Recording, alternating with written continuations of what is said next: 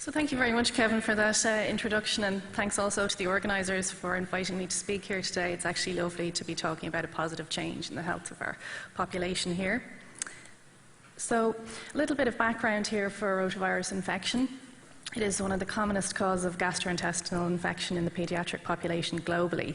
It's thought to cause about a quarter of all diarrheal illness in the under 5s, and even within the WHO European region, it causes over 10,000 deaths in that age group every year.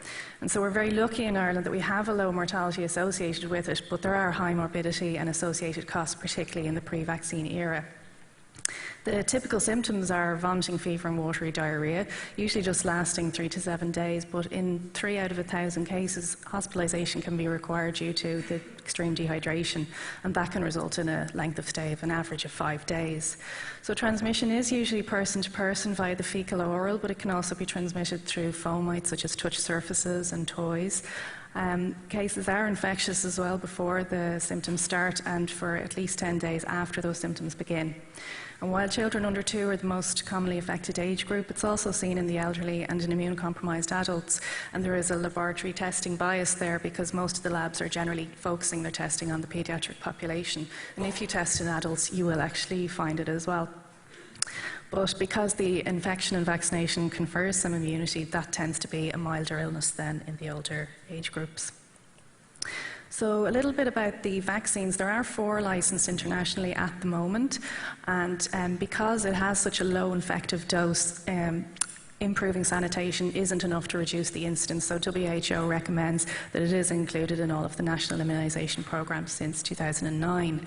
And as of 2018, 98 countries, including 14 EU countries, have introduced this, and Ireland became one of those at the end of 2016 when we brought it into the immunisation schedule for babies who were born after October 2016.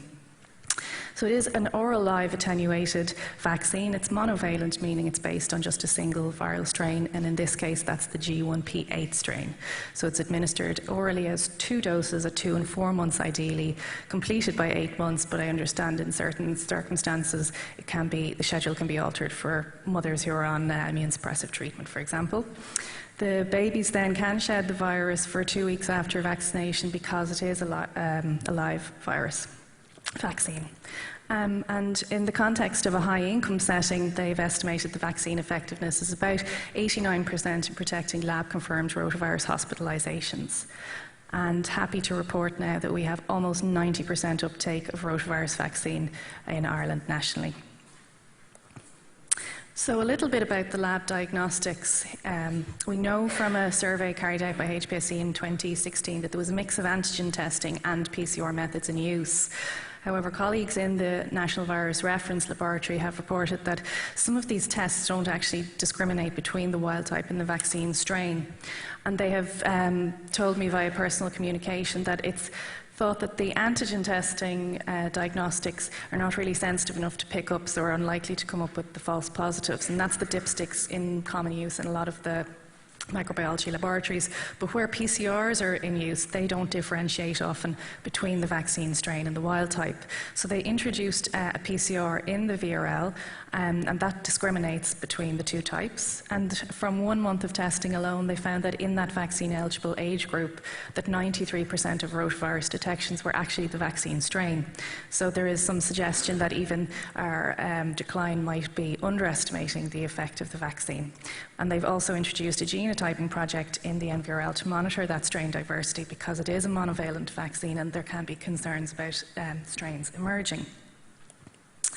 So this may look like a plate of spaghetti for colleagues who are outside of the health protection surveillance, but I just wanted to really highlight all of the Trojan work that happens behind the scenes in order for HPSC to be able to monitor these trends. So it is a notifiable disease in Ireland, and it's quite unique in the EU setting because only Germany is the other country that has it as a notifiable disease. And what that translates to in the information system over here on the right-hand side of the slide, that means that once a patient has presented to a health service and been diagnosed in a laboratory or a clinical setting with rotavirus, this is uploaded into the system as near to real time as possible. And this system is a secure online web-based platform which has ISO information security accreditation. And in parallel to this process, when a patient has been diagnosed by clinical services, they will send their notification into our colleagues in public health.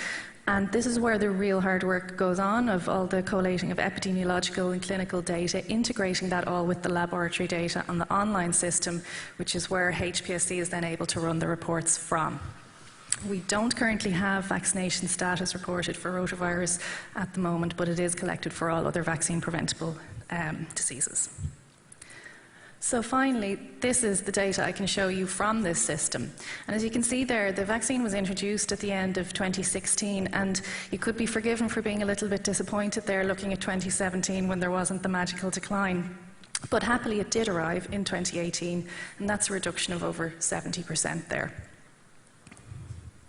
So we've always seen a lot of variation between the regions, and these regions are based on the old health boards rather than the CHOs that are currently in use in other parts of the HSE. And all areas saw over a 60% decrease. The highest rates were in the Midlands with 17.8 per 100,000, and the lowest were in the northwest of the country with 7.8 per 100,000. We've had pre-vaccine area, we always had a very marked peak, and that commonly occurred then between March and May each year. The dotted line is showing the mean between 2008 and 17. And 2017 followed that typical period. It was a little bit late. We were a little bit hopeful that it wouldn't arrive, but unfortunately it did. But again, to highlight the good news, that in 2018, that is the lowest peak to low ratio, meaning that the flattening of the season has occurred as well as the overall decrease. And I've put in a little sneak peek of 2019 to date. This data was extracted on Monday, so we've still a little bit of May to go, but it is hopeful. The decline seems to be sustained, and the season does look quite flat as well. We'll see. Stay tuned for our weekly and quarterly reports, and you'll see does the peak arrive.